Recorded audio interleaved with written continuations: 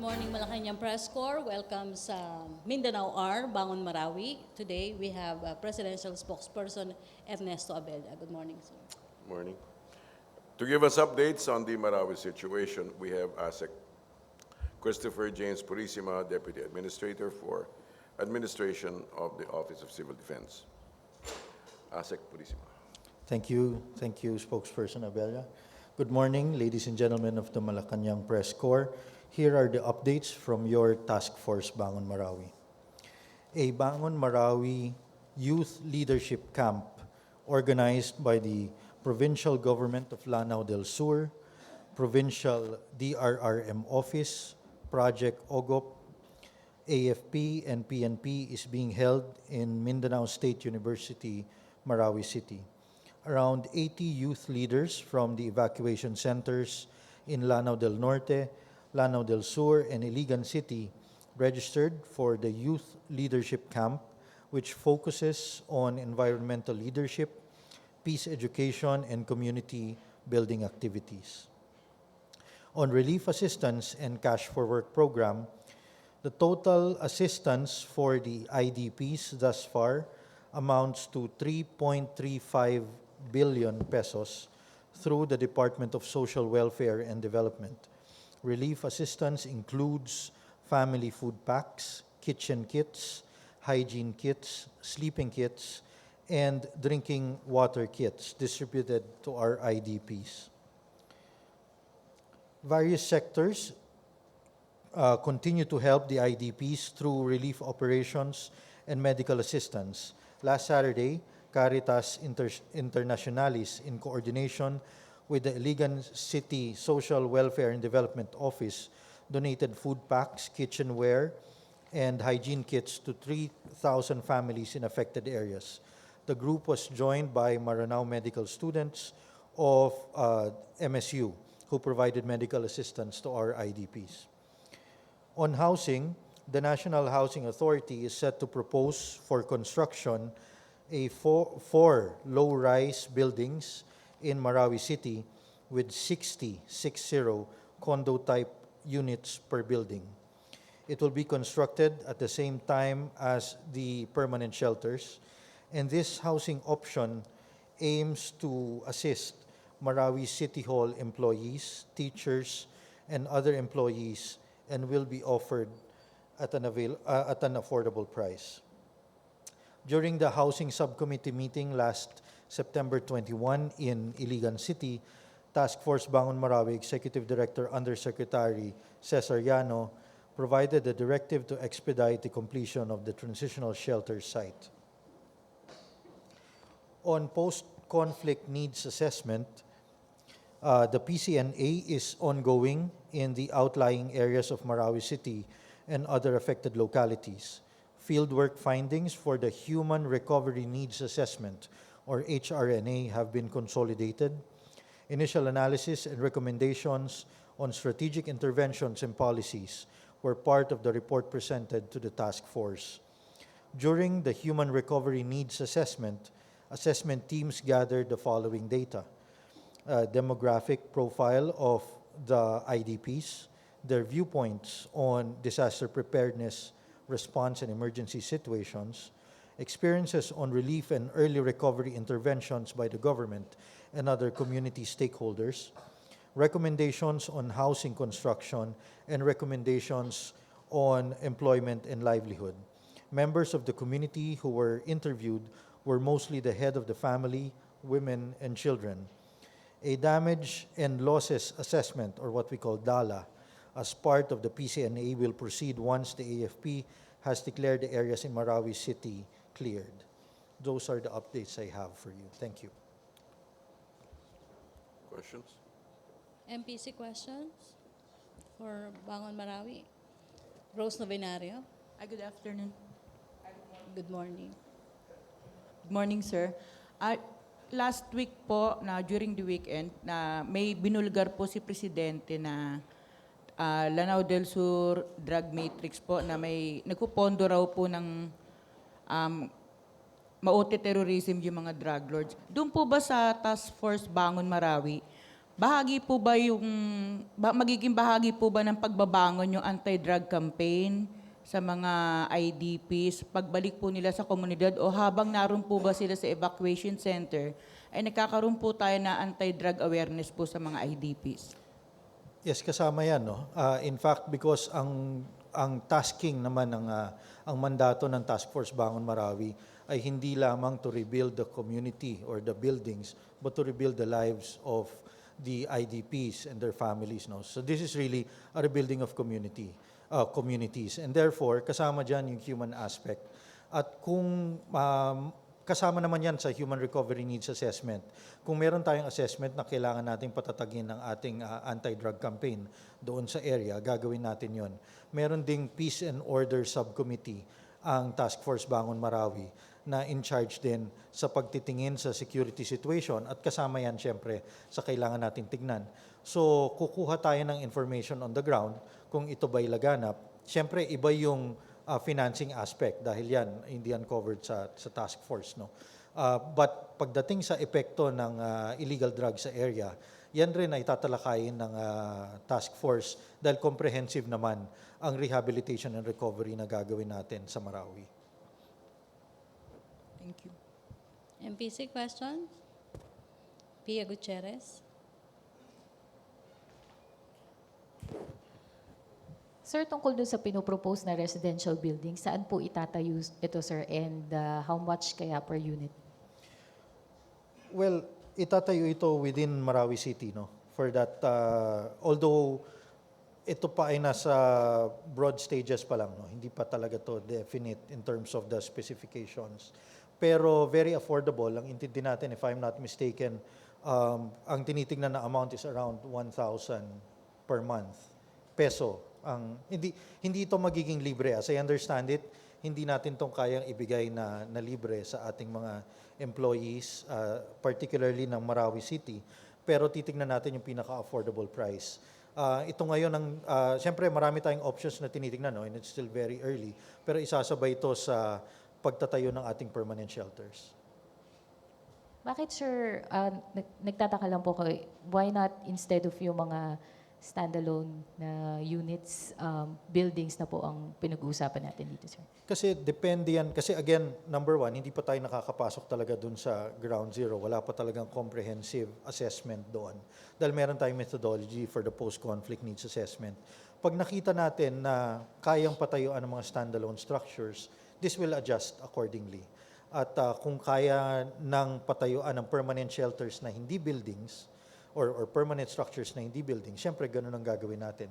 Dahil ito yung initial na plan to fast track the recovery of the area, no? Dahil kaya naman nating mag-adjust as we go along.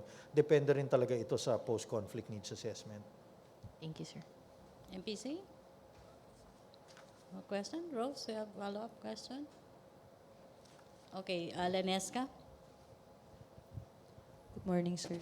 In relation din po sa Marawi conflict, there are previous reports that it is funded by ISIS, and then now the president says drug money funded it. So, which is which or both?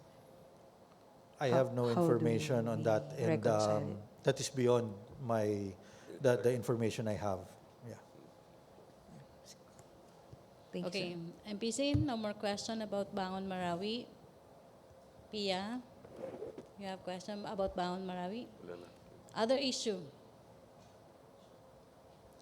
Maricel Halili, TV5. Maybe I need to just begin with the statement. Okay, sir. All right. A few statements. Father Chito officiates Mass after being held captive.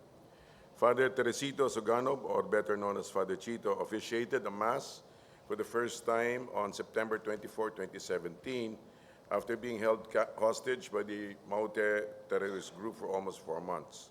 It was held inside Camp Aguinaldo with about 40 military personnel and civilians attending. It was a great celebration of life for Father Chito's personal safety was placed in danger because of the gun battles happening in Marawi. According to him, the Mass is also a thanksgiving for the lives of those who were rescued. To date, a total of 1,730 people have been rescued by government forces. Father Chito is also praying that he'll be able to hear Mass again at the St. Mary's Cathedral in Marawi once the firefight is over and the area cleared. On the Vietnamese fisherman incident in Pangasinan, authorities are now conducting a fair and thorough investigation into the incident involving a Philippine Navy vessel and Vietnamese fishing boats, which were seen fishing 34 nautical miles of Cape Bolinao in Pangasinan, well within our exclusive economic zone. The incident led to the death of 2 Vietnamese nationals, and the DFA is closely coordinating with the officials of the Vietnamese embassy in Manila to update them on the developments and to facilitate their access to the 5 other Vietnamese fishermen taken into custody by the Philippine Navy. On the 2-day transport strike, the Land Transportation Franchising and Regulatory Board, LTFRB, has deployed vehicles offering free rides to affected commuters. More will be deployed based on need. On the UNHRC recommendations, the Philippines has committed to fully accept 103 out of 257 recommendations that we received during the Third Philippine Universal Periodic Review in Geneva. A careful review and inclusive consultation with inputs from various stakeholders, especially from representatives from the state's executive, legislative, and judicial departments, was done and in line with our independent foreign policy. What truly matters is that the United Nations Human Rights Council has adopted the Philippine report recognizing the country's human rights record and commitments under the leadership of President Duterte. A clarification regarding the 2017 Global Impunity Index. We stand by the statement we made for the 2017 Global Impunity Index.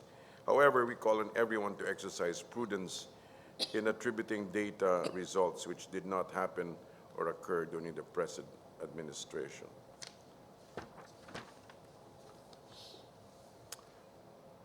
As of today, 25th of September, day 126,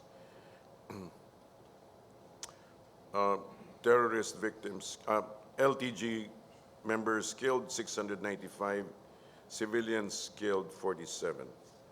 Firearms recovered 698, unexploded ordnance recovered 4, improvised explosive devices recovered 11, civilians rescued 1,730, buildings cleared 18, as of September 23, 13. Killed in action 151. Regarding the cash donations, here the status of the donations as of 12:50 on the 20th of September.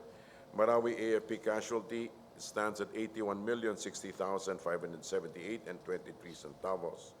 And the Marawi IDP is at 993,340.21. We're open to a few questions. And Marisa Lalini, TV5. Sir, just a quick clarification on the SALN of the cabinet secretaries. Yes. Sir, how do we compromise the policy of the government for How do we? compromise the Compromise? policy? Yeah, I mean, paano natin maggagawang parallel yung policy of the government? Reconcile. Yeah, that's the right word. Reconcile the policy of the government for transparency and the reduction made on the SALN of the cabinet. I think we already clarified that. You know, the reduction is due to the fact that some personal and private matters cannot be revealed. Especially, for example, when we've said names, addresses of family members, stuff like that. So. Pero sir, kasi na-mention din yung issue on the privacy of the government official. Pero hindi ba siya as good as winive na rin once na pumasok ka doon sa government? No, I think that the law provides that certain aspects need to be kept private. Thank you, sir. Rose Novenario. Ay, good morning, sir. Yes, ma'am. Sir, kapipirma lang po kanina ni US President Donald Trump po dun sa proclamation tungkol po dun sa enhanced national security measures po ng US. parang ano yun, naghigpit sila sa pag-vetting po ng mga taong papasok sa kanilang bansa bilang proteksyon sa kanilang mga mamamayan. May plano po ba ang Malacanang na magkaroon din po ng kahalintulad na nahakbang para po mapaigting o mapalakas po natin yung ating war against terrorism, considering po na may mga foreign terrorists na lumahok sa Marawi siege? Ma'am, that's part of the, I'm sure that's part of the process na ginagawa ng gobyerno in terms of making sure that our borders are more firmly secured. But if you're asking for new laws that are being written or enacted, wala po at this stage that I know. Except that I know that there are efforts to secure our borders more closely, and that is why we are working more closely with the regional, yung mga neighbors po natin, ASEAN and Malaysia. So nagkakaroon po tayo ng closer relationships in patrolling our borders. Tuesday New. Sir, nabanggit na Secretary Abella, sir. Nabanggit ka makailan ni Pangulong Duterte na he is willing to meet Father Chito Suganov. Mangyayari po ba ito at kailan po possible? I'm sure in time magkikita po sila. Hindi ko po alam kung kailan exactly, but I'm sure in time magkikita po sila. Yes. To ASEC Toby, sir. Sir, do you have any information kung nakuha na ng statement si Father Suganov at based on his statement, ito na yung tinatrabaho ngayon ng ating mga sundalo doon sa Marawi para matukoy kung sino-sino pa yung posibleng makuhang mga tao doon sa loob or mga I leader? have no information on that. Okay, thank you. Questions, MPC? Joseph Morong, GMA 7. Sir, on the UNHCR, we rejected several recommendations as far that are related to EJK. One of those is Ghana's call to have Agnes Calamar come here and conduct an investigation. Why did we reject all those 44 recommendations? Well, this is all part of our prerogative to exercise independent foreign policy. There are certain items that we feel needs to be acted on, and in order to continue to maintain our constitutional stance of maintaining an independent foreign policy. Yeah, aside from maintaining an independent foreign policy, does the rejection mean we are denying that there is an occurrence of extrajudicial killings? There is no denial there. In fact, the UN has accepted what we've said.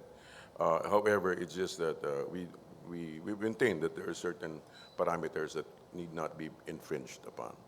Sir, yung kay Calamar, sabi ni Presidente before, is daring naman her, no? Na last time, I think, sa Pampanga tayo, ang sabi niya, come over here and investigate for yourself and kaya kitang ipahiya. But we have this report that we are not welcoming her.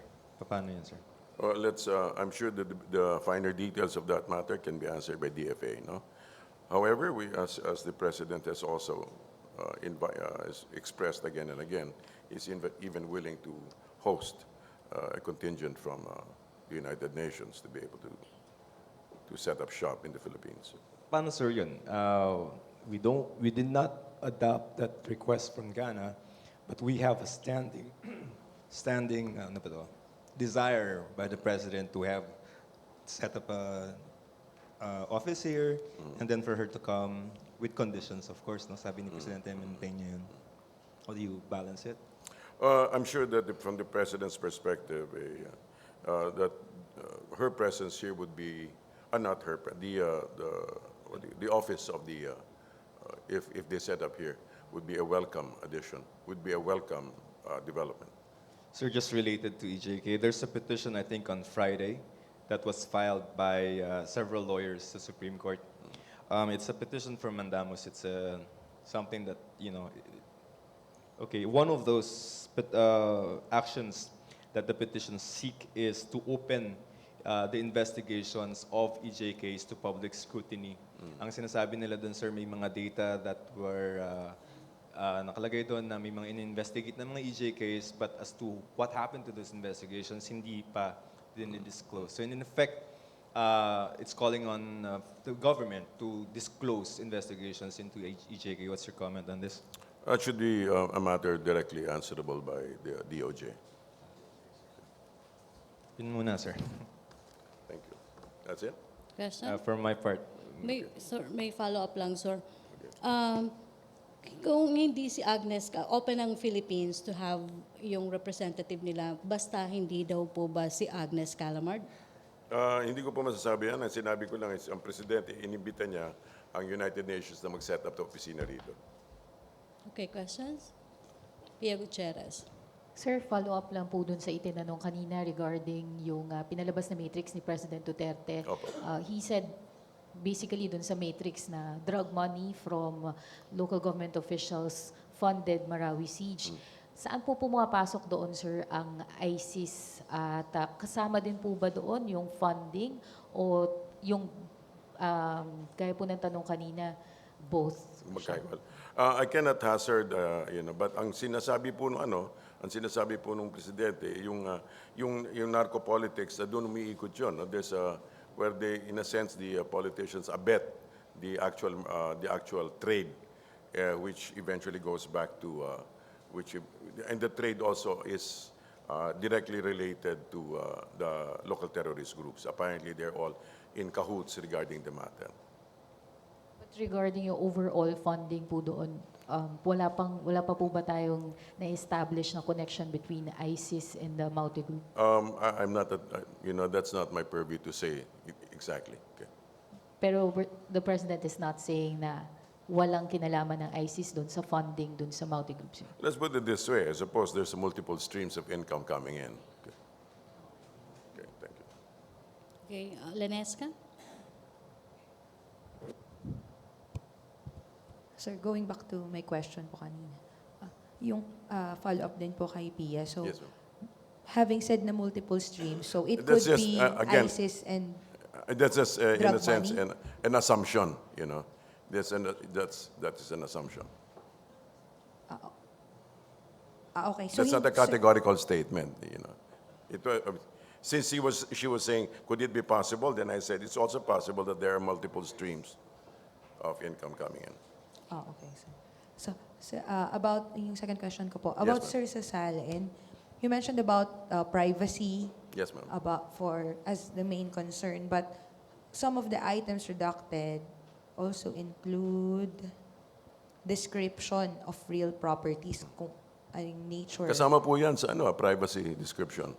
Yun nga, sir, acquisition cost ng real properties and acquisition cost of personal properties. Are this cost to, sir? So, are this, don't you deem these items pertinent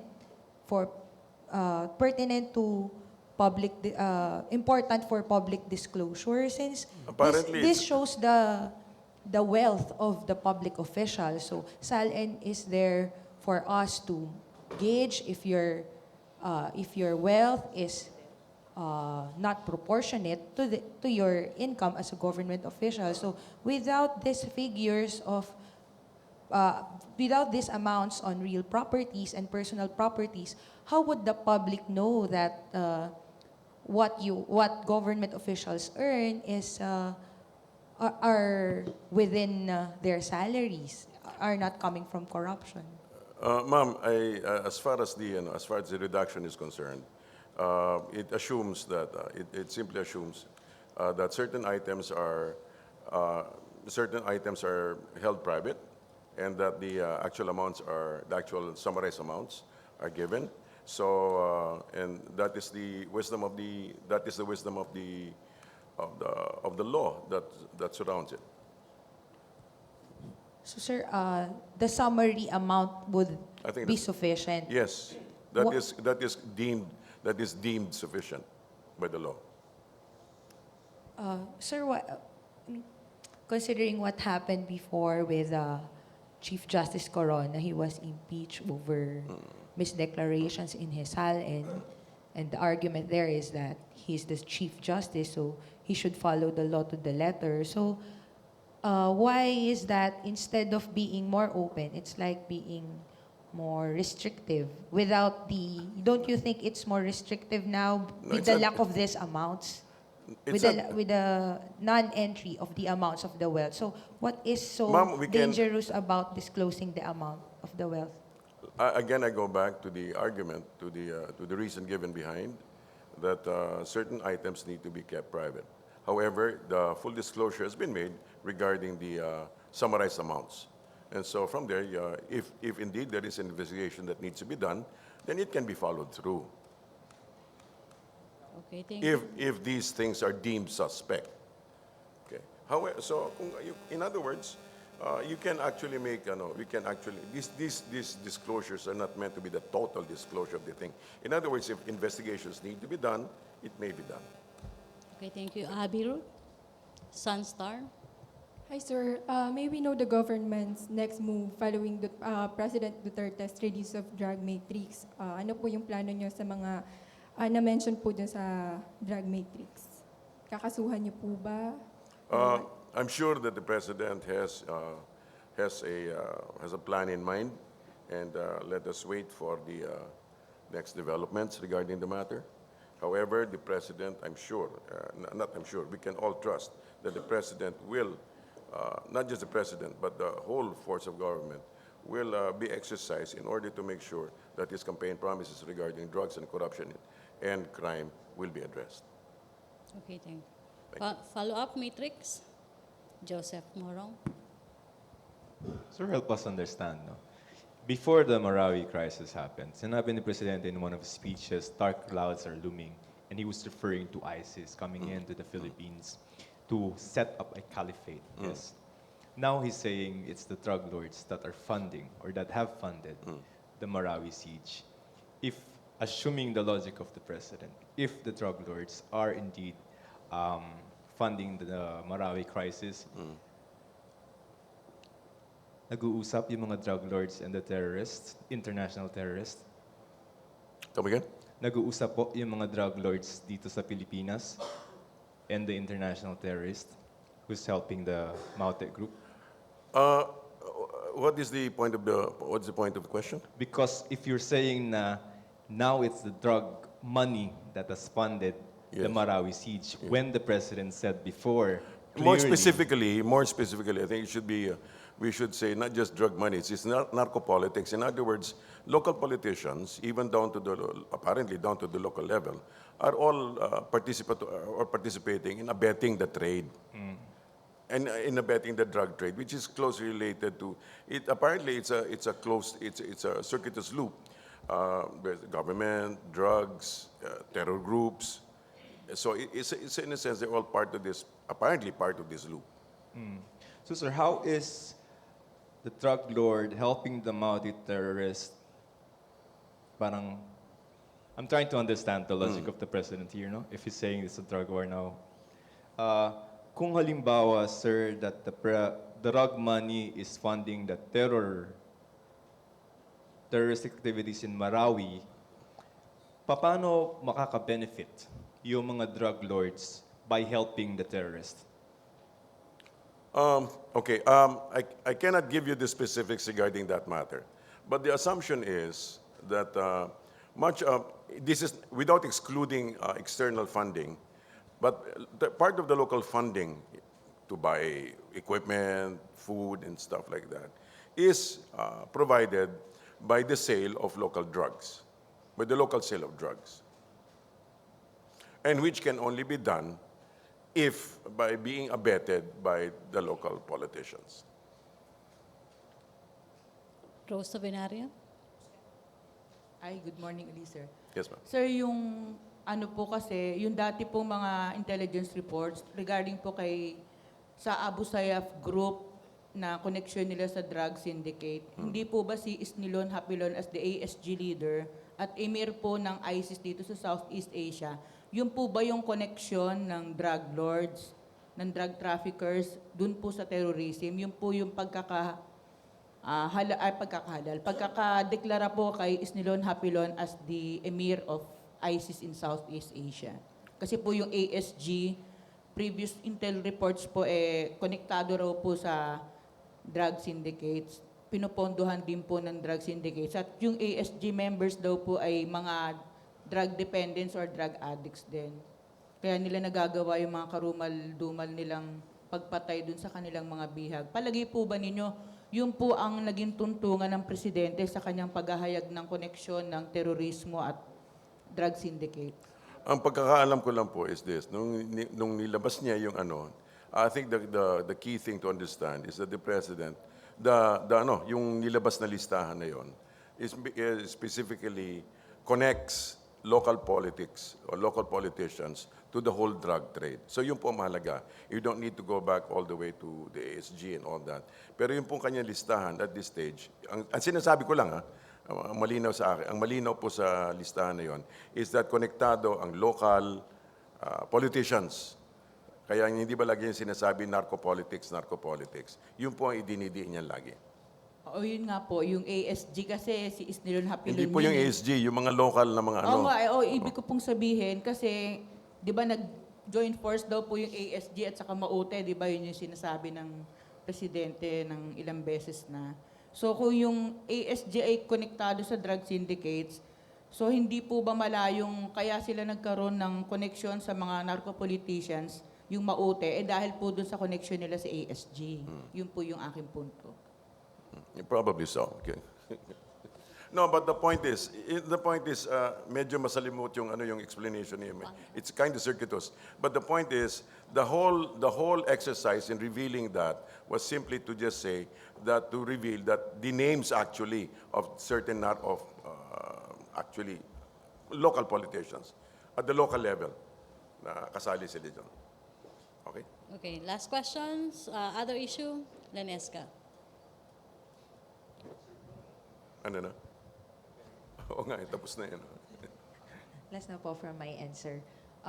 Sir, the President said that his preferred successor would be his daughter po, Davao City Mayor Sara Duterte. All right. But he has previous statements that he is not after power. In fact, if Alan Cayetano won, he could have resigned already. But at this point, so how do we reconcile this, the lack of desire, that he's not after power and yet he is saying that the daughter can succeed? Okay, him? first and foremost, this was it was done in a one-on-one with one particular. It was not an official statement. Okay, that statement was made to one reporter. Pangalawa, I think you're making a breathtaking leap by assuming that he wants power when he says that his daughter is somebody that he trusts. I think the president is just being very, very pragmatic. You know, it's not a question of wanting to perpetuate power, but ensuring that whatever gains he has, whatever gains that we have made, the administration may have made, will be preserved by somebody that he actually trusts. I think the issue here is trust.